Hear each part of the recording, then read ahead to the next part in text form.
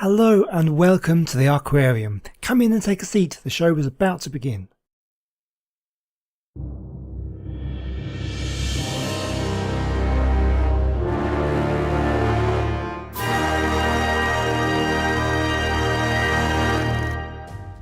Large squid live in the world's oceans today.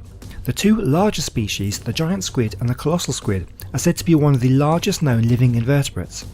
But despite several specimens being captured and corpses studied, they remain one of the most elusive large animals in the world, and surprisingly little is known about these creatures.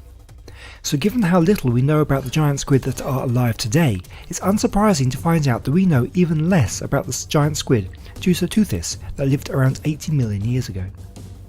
Soft-bodied squid are incredibly rare in the fossil record. They just don't have the hard parts needed to fossilise well. The only known remains of Tusoteuthis are multiple specimens of the gladius or pen. This is the hard internal body part found in many cephalopods, and is named after the Roman sword because of its similar shape. It is made of chitin and is located in the tail end of the squid and extends all the way down the mantle. All claims made to this prehistoric squid's size, shape and behaviour are mostly educated guesswork. Early reconstructions were based on the giant squid due to similarities of the gladii of the two species. If the reconstructions are accurate, the two species would be about the same size, with the Tusoteuthis maybe being a bit smaller. With the tentacles fully stretched out, Tusoteuthis could have reached a length of between 6 and 11 metres.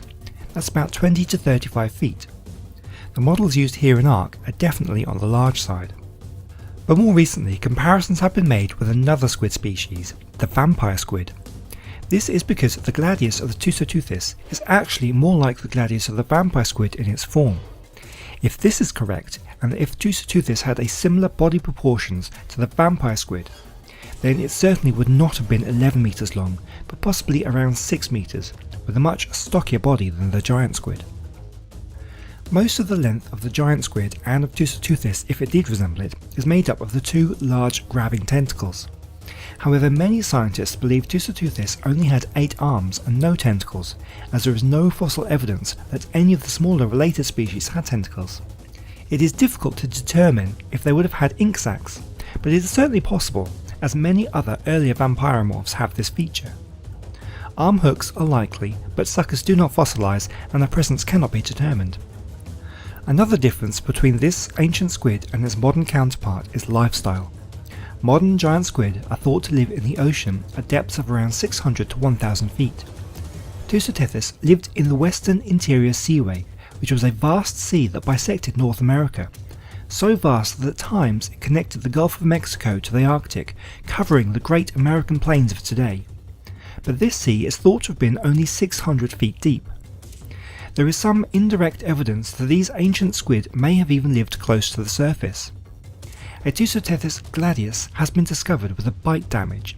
This is likely to have been caused by a mosasaur, an important marine predator in the seaway and not likely to have been a deep diving animal. Tusoteuthis would have been a major source of food for many marine predators of the time, including mosasaurs, pliosaurs and various other marine reptiles and fish. Several specimens of fossilised dung have been found from unidentified predatory fish that have contained broken fragments of gladius. One particular predator of Tusoteuthis has been identified. A spectacular discovery of a partial specimen of the predatory fish Simulactis nepobolica contained a nearly complete gladius of the Tusoteuthis that had been swallowed whole, and was so large it had probably choked the fish to death. Simulactis was a large primitive fish probably related to the salmon and resembling a barracuda, and was a common species in the western interior seaway. This particular specimen of the fish is incomplete, but it contains a nearly complete 66 cm gladius of an immature Tusoteuthis.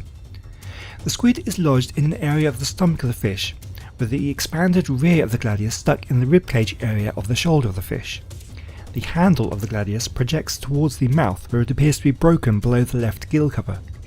It seems likely that Simulactis approached the squid from the rear, attacked and attempted to swallow the animal whole. The head and arms of the squid would have projected from the mouth, and it probably struggled. Death for the fish probably came from the fractured gladius ripping through the skin of the squid and causing an interior gill damage, or the size of the body of the squid forcing the gullet to remain open. Well, that's all I have for you today. As always, I hope you've enjoyed the video and you've learned something new. If you did, please let me know by leaving a like and a comment down below. I hope to see you next time when we'll be looking at the Leopleurodon. And I'll see you then. Goodbye.